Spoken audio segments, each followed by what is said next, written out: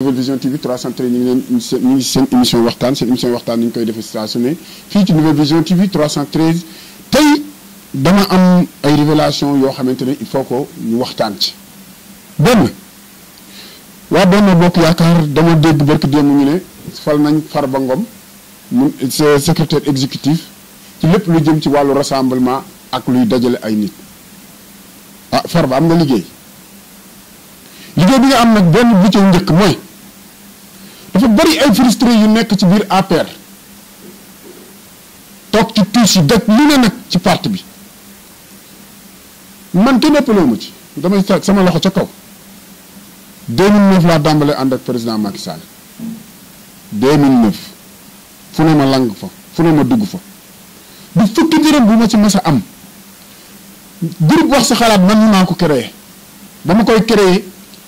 lu valeur 3 millions et quelque ñàkk naa ko ci ma suma ci gagné dara mais ay jàmbur yi nga xam ne tekk ñu dara jugewul fenn kenn xamul fu ñu jugee li ñuy jël di leen valoriser jox leen ay ndomba tànk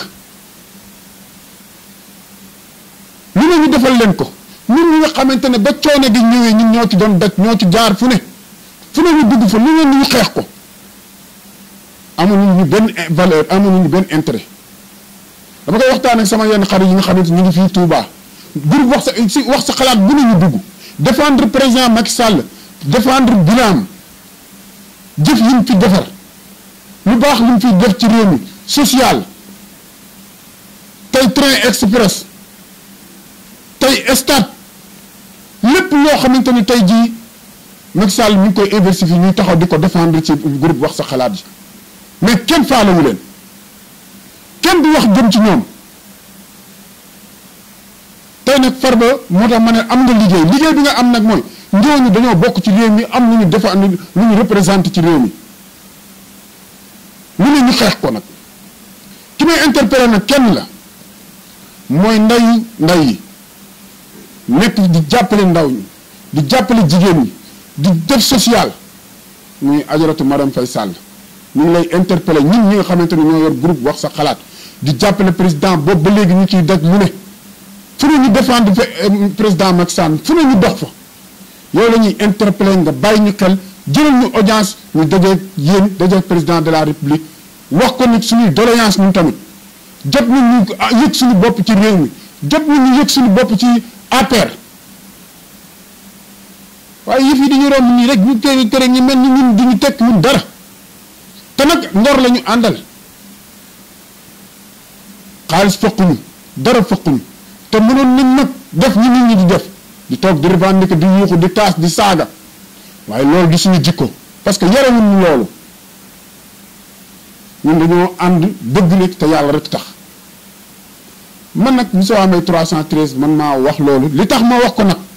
ñooy toog yóbbante ma seen baat jotew fi ñooñu laay waxal maa ngi ciy bàyyi xel Ajaratu Soda Dieng mi nga xamante ne moo nekk Touba